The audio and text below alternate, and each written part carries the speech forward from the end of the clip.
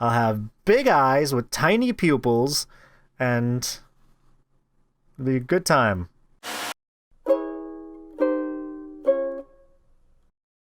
Hello everybody, welcome back to another exciting episode of MugAndPlay. I am Nick. We're playing more Killer Love, and this might be the finale? I don't know. It seems like we're getting towards the end of the game. I don't know how much further we can go down this crazy old mix-up rabbit hole of ours. Jack and Grace were having a secret rendezvous, but she had to go. And he says locking the door after her was one of the most difficult things I'd ever done. But seeing her had given me the courage I needed. I felt I could do anything. Good. It's good that you have a partner that makes you feel that way. And now here we were, 5 days later, 2 secret meetings later. I couldn't go on. You can't stay here anymore? I really can't. I'm at my limit. No, I'm way past my limit. I'm about to go Super Saiyan. She's just like, Jack, stop that. We talked about that. You're not a Dragon Ball Z character. I'm surprised I've still got this together. Oh, baby, I'm so sorry. Have you made any progress? It was an echo of Anna's constant questioning, but Grace wasn't doing it on purpose, I told myself. I kept my anger in check. No, nothing. I can't remember anything from that time. It's like one big blind spot. I can't do it. It's hopeless. If you say it's really hopeless, then I guess it's no use at all. You said the same thing last time too, but I still made you try. It's my fault you're in so much pain. It's not your fault. It's hers. I heaved a sigh. I need to pack a few things. Wait here. I'll be ready in 5. That's a no again. What? You can't mean... I want you to stay here, Jack. There's no way I can. Just a little bit more, I promise. She came up to me and felt my upper arms. She's like, you've been working out. Oh, you're so thin now. Quite the opposite of what I was saying. Sorry, man. I was trying to paint you in a positive way. But you could still hold her down, right? A chill went over me. Ugh, in what context? What do you mean? Are we running away? We can't run away. She'll find us again, and then what? I can't live like that, always afraid. I'm sure you can't either. So you're going to... She couldn't mean... Oh, I think she do. Grace whispered yes. We hold her down and tickle her. And when she's busy laughing, we steal her wallet. No, worse? No, it's wrong. Plain wrong. Extra crispy wrong, too. Yeah, it is. But what else is there to do? She's backed us into a corner. It's practically self-defense. I guess if you looked at it that way. No, absolutely not. My head pounded at the temples. I'm so happy you agree. I so wish we could do it today, but I needed to prepare. Can you stand being here until tomorrow evening? Yeah. Perfect, thank you. Tomorrow, Anna has a morning shift, and she'll be back by early afternoon. Let's go for 6 o'clock. Okay? Okay. 6 o'clock. Please, have her immobilized by then. Have her immobilized by then? Immobilized? How? I was already swept up in this plan. I didn't think twice about what Grace said anymore. The more immobilized, the better. You know, come to think of it, even though she's all super cutesy, she does still have yandere eyes, too. Is this a tale of 2 yanderes? Because if so, go on. If you just sat on her, that'd be alright, I guess. But tying her down would be a big help. What are you trying to say? If you just sat on her, that would... You just said I was getting thin, and now you're telling me I'm getting fat?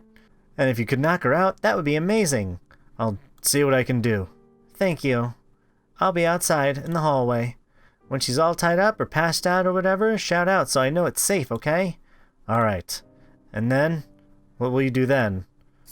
To answer, Grace took a small knife out of her pocket. This is a tale of 2 yanderes. She turned it in her hand a few times. Only then did I realize the full weight of what she would do. And only then did I realize how she didn't seem bothered by it. I like how you noticed that second. Grace, what happened? What do you mean? This isn't like you. The Grace I know? I hesitated. What did Anne do to you? Grace's good mood seemed to evaporate. She pressed her face against my chest. She did a lot. I felt like I was dirt. Oh, I'm sorry to hear that. I don't think you're dirt. I think you're Grace. And you're great. and I promised myself that would never happen again. The knife was still in her hand. It looked so sharp. Probably because it was a knife. She took you from me, too. That's the one thing I really can't forgive. Imagine how happy we'd be if she never existed. I put my arms around her. I get it. Then let me do it. Give me the knife. I don't want to see you do this. Maybe I'll be able to work something out, I thought. Maybe it won't have to lead to bloodshed. I hated the sight of blood. It was so gross. I'm sorry, Jack. This is something I have to do. No, it's not just that. The truth is, I want to do it myself. It's like nothing will ever feel right again if I don't do it. Grace put a hand on my chin. She's like, listen here. I'm gonna kill your new girlfriend. Okay, cool, have a good time. Call me if you need anything. I leaned in closer, but she stopped me before we kissed. I love you, Jack. Ah, I love you too. Her skin felt hot. She was giving off heat like a furnace. Are you scared? Yeah.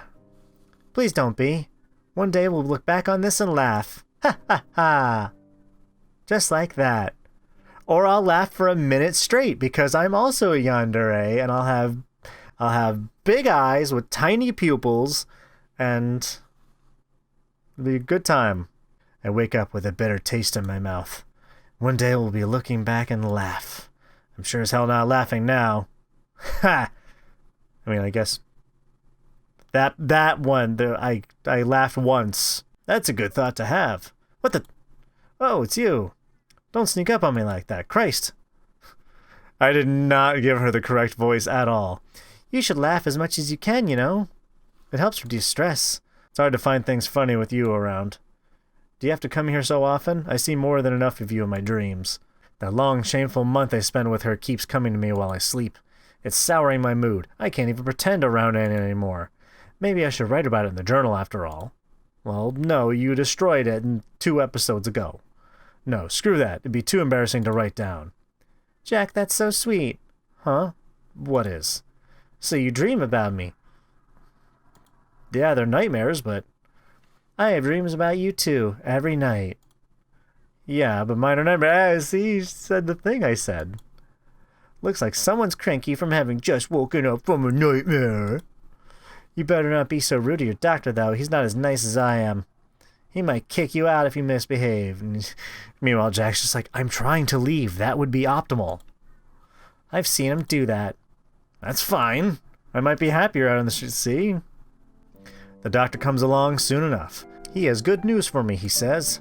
It's looking good, Mr. Friday. Far better than before. Your blood pressure's fine. And the other things, too. That's great news, Doctor.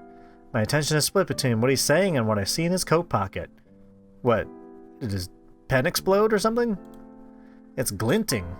Is it a pen? No, it's not a pen. It's something else. My heart beats faster. Thankfully, I still remember to ask an important question. So, when can I leave? Yeah, when are you going to release me? The doctor scratches his head, then counts on his fingers. I think it's very disheartening if you have a doctor and you ask them a question and they start counting on their fingers. Wednesday next week. Next week? Yes. Wow, thanks, doctor. You're welcome. It's way earlier than I expected. I prepared myself to be here for a few more weeks. Thank you so much. Here. I put out a hand for him to shake. After a second, he takes it. Pull him closer and he stumbles, nearly sprawling across my bed. It's a very sloppy handshake. Sorry, doctor. My bad. He coughs. It's fine. You really helped me. A lot. All in a day's work. So yes, next week. And then you've got rehab. Rehab? Oh yes. After you leave here, straight to the physical rehab facility for you. We don't have an inpatient facility here, but there's a great one on the other side of town. I'm sending you there. I'm not going home? No, of course not. You'd end up hurting yourself or with a limp. I don't want either of those things. Is that what you want? No, I just said I don't want either of those things. Won't you pay attention? Thought you were a doctor. No, that won't do. That won't do at all. So don't do it. He jots down some notes. Wednesday, that's in 4 days. The nurses have been exercising you, right? What? Huh? Exercising me? They haven't? I don't know what that is, so my guess is no. He turns to Anna. What's this about, nurse? Excuse me? You should have been giving him some mild exercise. Well? You never told us that, doctor. Can't you tell by yourself? No, you're the doctor. The doctor starts mumbling to himself while making more notes. Christ, I really have to do everything here, don't I? No, that's fine. Not like you're paid to do these things or anything. And how long will I stay there, doctor? He raises his hands as if giving up on me. He's like, I don't... how many questions are you gonna have? 4? It's always that way with you, is it? Look, how long you stay at this facility is up to the people. I can't tell you that. But don't hold your breath. I let out a laugh. Ha! And Anna's just like, see, I told you should laugh more. Man, you're really gonna milk me dry, aren't you? Bet you gotta deal with the people over there, doctor. Don't you know I'm poor as hell? He makes a grave face, just, The thought never crossed my mind. I live only to help people like yourself, Mr. Friday, so I don't appreciate hearing such accusations. I'd like you to be more careful about what you say. Understood? Understood. Good. And he rushes off, leather shoes creaking. Well then... Anna grabs hold of my right leg, the one that isn't broken. Hey! That's the one that's not broken! Don't do that, you'll break it. What do you think you're doing? It's exercise. You remember what the doctor said, don't you? Ah, right. Well, I suppose it's fine. She brings my knee up to my chest. The joints in my leg pop. It's stiff, I haven't used it in a long time. How is it? Any pain? No. A little sore, but it doesn't hurt. Okay. She brings my leg back down. I'll keep going then if you don't mind. Keep going as you please. She repeats the whole motion ever so gently. This'll help me start walking faster, I'm fine with it. Her hands are on me. When she helps me fold my leg up, her neck is so close I could... How do you feel about what the doctor said? What did he say? That I'm out of here by next week. I whisper so the other patients can't hear. How does that make you feel? Are you angry? Anna's smile doesn't break, but her fingers press against me more forcefully. Like, I'm not angry, of course. It's like, I'm just going to grip your leg and cut off circulation. So you know how not angry I am. It's nice that you're getting better. Oh yeah? And I'll still visit you at the facility. I'm sure you will. Oh, but what if they're very strict about visiting hours, huh? That'd be a bummer, wouldn't it? For the first time in so long, I felt like I have the upper hand. It's going to my head. Yeah, I need you to chill it back, man. You're still stuck in a hospital bed. And who knows, maybe I'll tell them I don't want any visitors. To focus on your recovery? Yeah, of course. That's good. I want you healthy, darling. She stops exercising me mid-motion. I can wait. How long do you think I waited before? I'm a patient girl. Her fingers find their way up to my inner leg. Ooh, that's a little spicy. I can wait, no problem. Because after this is done, you'll be mine again. All mine. Oh, there's the other yandere. Forever. I grab her by the wrist. My fingernails dig into her skin. Ooh. Ouch. You're hurting me. Shut up. How come? What makes you so... I'm never living with you again, you know that. Oh, sweetie. You'll do as I say. Gh. Of course. You still have Grace. Well, yes, that's one reason. But there's one much dearer to my heart. Do you know what that is? I glare back. It's that you love me. I don't. You do. You love me even if you don't know you love me. Deep down, you love me more than anything in the world. Just like I love you. But you spent so long living all those lies you've started believing them yourself. Don't worry, though. I'll help you remember all over again. She finally lets go of me. Get plenty of rest. You have a lot ahead of you. She goes away, leaving me to myself and my broken body. Except for the one leg. One leg feels great. Everything else, pure shit show. That night, I dream of how I got to be like this. Yes, how did you wind up in the hospital? I've been kind of wondering that for like 8 or 9 episodes now. Chapter 7. Not a pretty sight. The evening of the day Grace told me we would kill Anna together, I worried so much that I got a fever. Goodness. I was laying down in the bed. Anna put a cold, wet towel over my forehead. I did think you had a bit of a fever, but you said you were fine when I left. I mumbled something. I might have been trying to tell her to stay away. It was seeing Anna, thinking about what we do to her, that scared me so much that it made me sick. I was weak. I can't understand what you're saying. Whatever it is, you can tell me later. For now, just rest. My thermometer reading made her frown. If this goes up any more, I'm taking you to the hospital. I croaked out that I was fine. Like, I'm fine, Ribbit. Oh, sweetie. You will be fine, but only if you do as I say. Try to get some sleep. I'll get you some medicine and a nice cup of ginger root tea. Oh, thank you. Wonderful. Ginger root tea. Could have just gotten me some ginger ale and a root beer and an iced tea. But that's too much sugar. I managed to sleep for the next hour, though I'd wake up constantly. After that, I took a shower. The water was so cold on my skin it hurt, but Anna had warned me not to set it too hot, so I didn't. I put on a fresh set of clothes, then I lay down on the clean sheets Anna had laid out. Within 10 minutes, everything was clammy and sweat again. Anna didn't blame me. She didn't have a bad word to say, didn't even sigh, though I knew she was tired. She was a saint. She was being so kind to me, and I was going to help kill her. Well, she's being nice to you now, but you don't know if... You don't know, and I don't know either. We're gonna keep going. There must be, I thought, some other way. Couldn't let this end in violence. I just couldn't. So my fever-numb brain came up with the best plan it could. I don't know, Jack.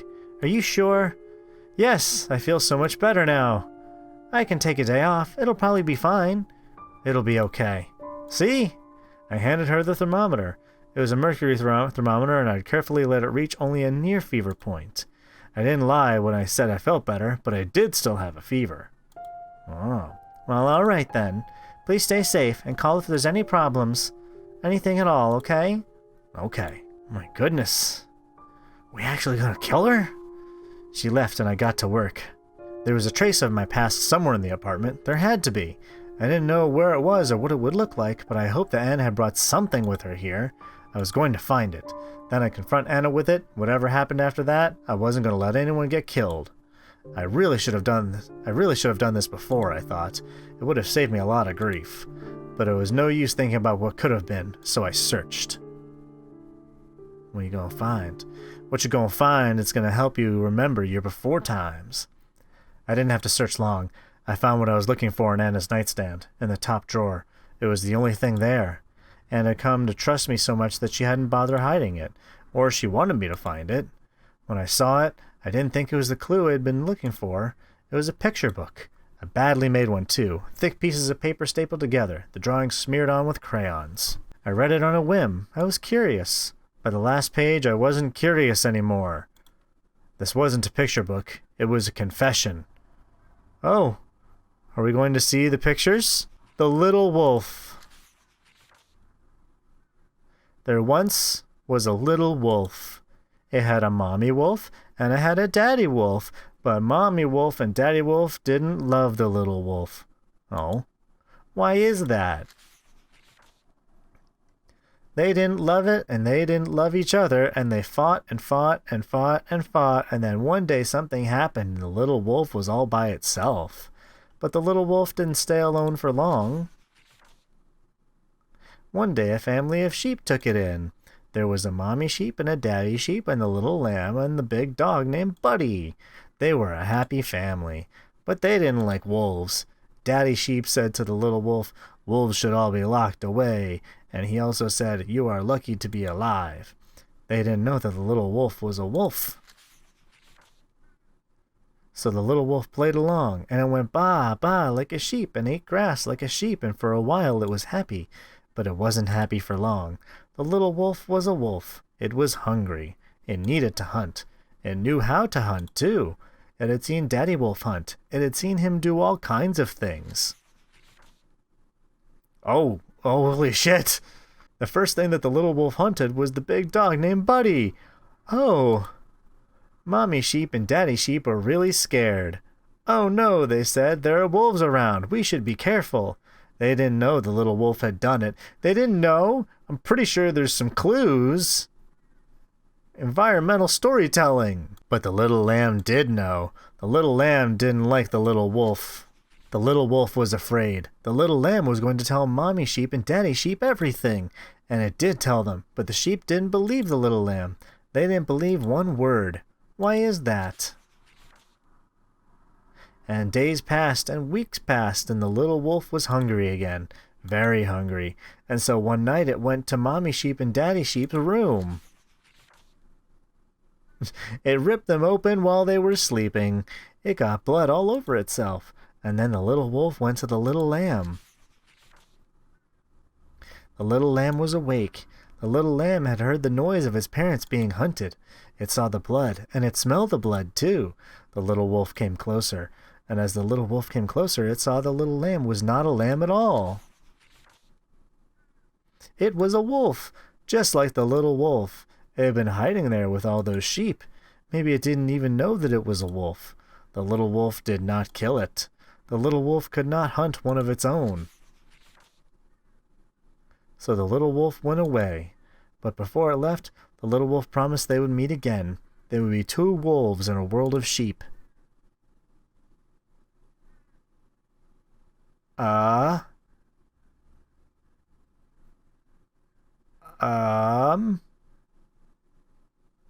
So is this implying that Jack is the little sheep that is actually, like, is he actually like some sort of like killer, and she's also a killer, and they were killers in love, and now he's being brainwashed? I found it hard to stand back up. This is what you wanted me to remember? This psycho had taken everything from me, had almost done so a second time. And for what? I swear. I spoke aloud. I imagined my family there with me. The family she'd taken. Oh, that's the memory. Did Anna kill his family? I swear I had what? Not even killing her seemed enough anymore. Or maybe it would be enough, as long as we made it hurt. Oh. Okay. Well, something tells me we're going to make it hurt, and we're going to make it hurt next time on Mug and Play. I think next time is going to be the finale. If I had to guess, I don't know. We'll see. And if it's not, then we'll see how many episodes I go. I think this will be the finale. But thank you so much. I love you all. I will see you next time for the maybe finale. All right, bye-bye, everybody.